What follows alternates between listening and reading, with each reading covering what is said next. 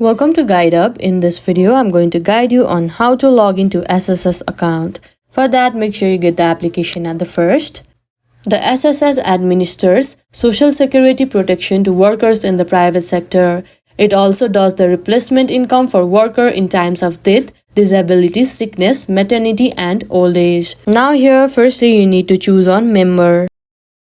Now here, all you need to do is enter your user ID and your password. You can also log in using your biometrics. If you haven't created your account yet, there you can see the option no account yet, create now. You can tap on that and they will be guiding you further to create it. And in case if you have forgotten your user ID and your password, at the bottom you can see the option forgot user ID password. You can tap on that and they will be guiding you further to recover it. If not, you can simply tap on login and you will be logged into your SSS account or social security system.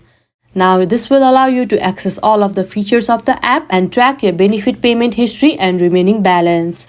I hope you found this video helpful. Don't forget to like this video and subscribe our channel Guide Up. Thank you.